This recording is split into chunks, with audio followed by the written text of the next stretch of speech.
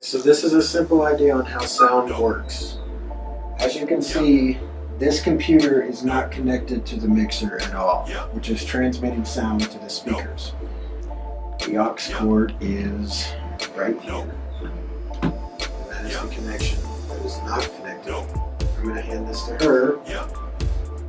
Now I have two line-in RCA jacks plugged into the tape in here. What sound does is it transmits frequencies over wire, over anything that conducts electricity.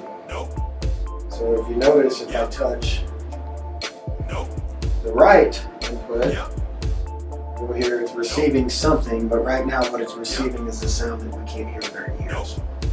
But if she touches the aux jack of the video playing, touch it, and now touches my hand,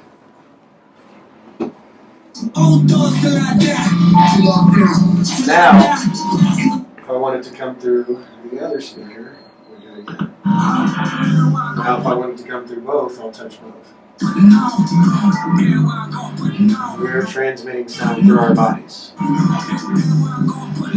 It's just a little insider on how sound works. You don't have to have a cord to transmit sound to speakers.